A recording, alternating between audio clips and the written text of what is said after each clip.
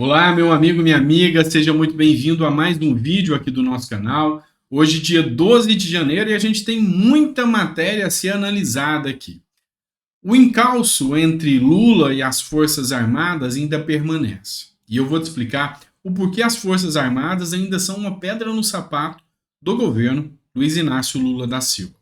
Também eu quero trazer para você um pedido protocolado por Nicolas Ferreira de investigação, afastamento ou até prisão do ministro da Justiça, Flávio Dino. Também vou trazer uma fala polêmica de Lula, que sim, tem o condão, a depender da interpretação, de incriminá-lo. Tudo isso vai ser discutido aqui no nosso canal. Então seja muito bem-vindo. Eu sou o Dr. Sandro Gonçalves, sou advogado, jurista, filósofo político. E aqui o nosso intuito é fazer análise política e jurídica de tudo que está acontecendo. Então, se você quer saber de tudo que está acontecendo, esse é o canal certo. A gente tenta explicar de forma simples, fácil e didática para você entender um pouquinho mais da nossa política. E sempre vai ser um prazer trazer esse conteúdo para você.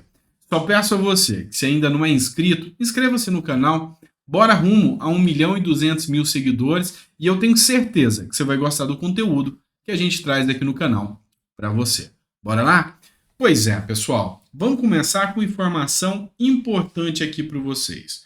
Luiz Inácio Lula da Silva e os militares. A gente ainda sabe que há um percalço entre Luiz Inácio Lula da Silva e militares. E você vai entender o porquê. Crédito da matéria aqui, Pleno News. Forças Armadas não são um poder moderador como acham. Deixa eu explicar para você. Na época do Império, em 1820, 1824, se eu não me engano, existiam três poderes: o executivo, o legislativo e o judiciário. Mas existia também um poder a mais, que não era das Forças Armadas, era do próprio imperador, que era o que a gente chamava de poder moderador. Ou seja, havendo conflito em qualquer dos poderes, o poder moderador dava a palavra final. Era ele que mandava. E hoje, muitas pessoas entendem que, com base no artigo 142 da Constituição, que é a chamada GLO, hoje as Forças Armadas teriam esse poder moderador. Mas Lula fez questão de deixar bem claro e mandou recado para os militares que eles não têm esse poder moderador. Vamos analisar essa matéria tópicos por tópicos aqui. O presidente Luiz Inácio Lula da Silva defendeu que as Forças Armadas precisam se restringir ao papel de reservado a ela pela Constituição. Na avaliação do petista, os militares não são um poder moderador como pensam que são. Então, de cara que Lula já manda um recado para eles. Vocês estão pensando que vocês mandam? Estão errados. Vocês não têm o poder moderador. E esse tipo de diálogo que a gente percebe, com certeza, é um diálogo de conflito. Não é o diálogo de um grupo harmônico, ou seja, o executivo, que é o Luiz Inácio Lula da Silva, sua representação maior, e as Forças Armadas ainda não estão em harmonia, e a gente consegue perceber por tudo que está acontecendo. Ele ainda disse o seguinte, elas, as Forças Armadas, têm papel na Constituição que é a defesa do povo brasileiro e da soberania contra possíveis inimigos externos. Está definido na Constituição e é isso que quero que façam bem feito, declarou Lula. Ou seja, o que eu quero que vocês façam é só o papel de defesa do Brasil no caso de ataque externo. O resto é papel dos políticos. Lula relatou aos chefes das Forças Armadas incômodo com a presença de familiares de militares pedindo um golpe nos acampamentos instalados próximo ao QG do Exército, que, na opinião dele, ficaram lá por muito tempo. Tinha que ter acabado antes, segundo a opinião de Lula. O presidente disse que só quer uma relação civilizada com os militares, como teria vivido nos seus 8 anos de governo. Ou seja, a fidelização construída entre Jair Bolsonaro e o Exército, Lula já descarta essa possibilidade. Ainda há enraizado a fidelização ao conservadorismo, à ideologia de Bolsonaro no Exército. E Lula já sabe que isso não vai acontecer. Então Lula procura e busca, no máximo, uma relação civilizada. Ele fala o seguinte: eu convivi por 8 anos muito bem com as Forças Armadas. Eu não tenho má imagem das Forças Armadas. Foi o que declarou Lula aos jornalistas ainda hoje, tá? O chefe do executivo aproveitou para criticar o ex-presidente Bolsonaro, que foi expulso do exército por má conduta e conseguiu, ainda assim, ter os militares como aliados. Ou seja, Lula reconhece essa situação. Mas agora é interessante, ó, vamos lá. GLO no Distrito Federal. Presta atenção. O presidente da República também explicou aos jornalistas por que não quis decretar uma GLO, que é a garantia da lei e da ordem com base no artigo 42, que qualquer um dos poderes podem convocar, para conter os atos golpistas que tomaram Brasília no último domingo e preferiu decretar uma intervenção na segurança pública do Distrito Federal. As críticas que são feitas é que Lula já sabia e já tinha planejado a intervenção. Tanto é que ele nomeou lá como interventor uma pessoa que está recebendo duras críticas por ser do Partido Comunista do Brasil e ainda por ter trazido Fidel Castro ao Brasil, o que soou como um verdadeiro tapa na cara, inclusive dos militares, ter uma pessoa como essa liderando, inclusive, Brasília ali, o Distrito Federal e as forças de segurança de lá. O que Lula disse? Se eu tivesse feito uma GLO, eu teria assumido a responsabilidade de abandonar minha responsabilidade. Ou seja, a partir do momento que a GLO assinada, o poder são dos militares. E era tudo isso que Lula não queria. E aí sim estaria acontecendo o golpe que as pessoas queriam. O Lula deixa de ser governo para que algum general assumisse o governo. Quem quiser assumir o governo, que dispute a eleição e ganhe. Por isso, eu não fiz a GLO. Foi o que relatou Lula. Então, é nítido o confronto relativo aos militares e a Lula. O pêndulo, o equilíbrio aqui que ainda mantém um diálogo e não um conflito entre Lula e os militares ainda é Múcio. Por isso que a base do PT está brigando para o Múcio, que é o ministro da Defesa, cair. Mas Lula sabe que ele ainda é uma peça fundamental ao seu lado, tá bom?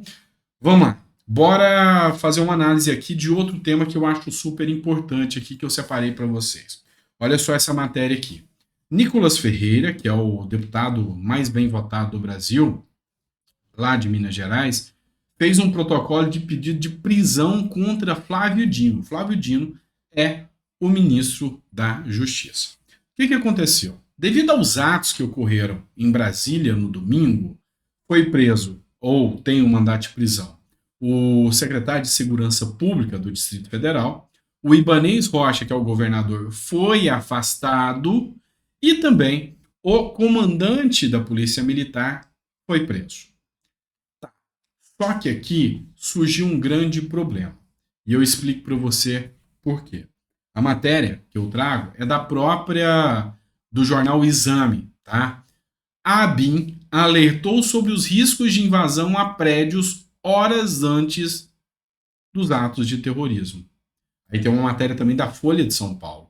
A ABIN avisou sobre o risco de violência na véspera. Véspera é um dia antes dos ataques em Brasília.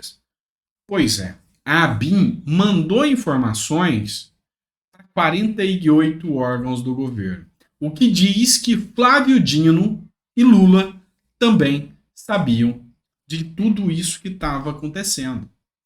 E aí é o grande problema. Se os três foram punidos por saber e não agir, qual o motivo de não haver a punição de Flávio Dino? Pois bem, então o que acontece agora é que foi feito pelo Nicolas Ferreira o pedido de que Flávio Dino seja investigado e preso também, porque ele se encontra na mesma condição que o ex-ministro da Justiça e atual secretário de Segurança do Distrito Federal, que teve a prisão decretada por Alexandre de Moraes. Inclusive, o Nicolas Ferreira pediu ao próprio Alexandre de Moraes. Vamos lá. Se Alexandre de Moraes nega, fica escancarado aqui que houve um tratamento não igualitário. Se ele concede, ele cria uma ruptura de laços e elos com o governo, que aí se instaura. Criou um problemão, verdadeiramente um buraco aí, uma pedra no sapato de Lula. Na minha opinião, Nicolas foi um tanto quanto prematuro. Ele deveria ter esperado Porque a próprio Tribunal de Contas da União já tomou medidas e pediu para que a BIM informasse se tinha indício de vandalismo e se tinha informado desse indício anteriormente. Começou a correr hoje o prazo. Por mim, eu esperava o prazo para saber se a BIM, se o TCU receberia ou não a nota da BIM, uma vez que a BIM já tinha soltado a nota extraoficialmente. E o TCU só ia confirmar de forma oficial tudo isso. Então, se fosse o advogado do Nicolas Ferreira, a minha orientação seria de que ele esperasse um pouco mais. Mas vamos lá. Agora, vamos falar um pouco do jornal Metrópolis aqui. Lula está convencido de que porta do Planalto não foi arrombada e alguém facilitou a entrada. Tem outro ponto aqui também que é interessante a gente mencionar em relação ao Lula. Presta atenção, a CNN publicou a seguinte matéria. Lula admite erro de Múcio ao monitorar ataques, mas nega que irá demitir o ministro. Ataque aos três poderes. O presidente da República, Luiz Inácio Lula da Silva, disse à CNN nesta quinta-feira que não vai demitir o ministro da Defesa, José Múcio, porque não vai dispensar ninguém no primeiro erro. Lula participou de um café da manhã com jornalistas nessa quinta, onde ele informou que não deu a GLO, porque não queria passar a força para os militares, mas ele informou que sabe que Múcio realmente errou também nas medidas de proteção em relação aos atos que ocorreram. Pois é, aí, dentro do direito, é que você vai entender esse mundo ramificado de coisas. Ou seja, os argumentos que podem ser levantados. Se o secretário de Justiça foi punido, se Ibanez foi punido, se o comandante da PM foi punido, por que Dino não foi punido? E agora, Lula acaba de assumir o erro do ministro da Defesa. Mas Lula o acobertou. O que implica a Lula prevaricação. Porque se Lula sabe que ele errou, a tal qual os outros que foram presos, Lula deveria ter denunciado. E se não fez e resolveu deixar, ele está prevaricando e agindo de forma temerária. É lógico, isso é uma análise política, isso é uma análise jurídica, na verdade, que eu estou trazendo para vocês. Mas eu quero mostrar para vocês o quanto esse mundo do direito é complexo e esse mundo da política é complexo. Mas eu quero que você entenda ao assistir aqui no canal. E aí eu peço a você, que ficou até o final, deixe o seu comentário se você entendeu toda a teia e a ramificação que eu trouxe até agora e se você está conseguindo entender um pouco mais de política.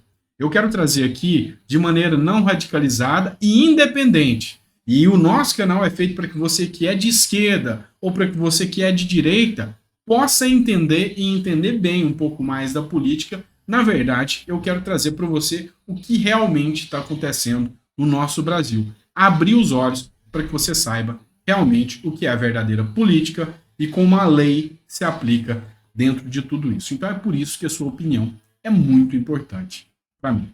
Um abraço e até o próximo vídeo.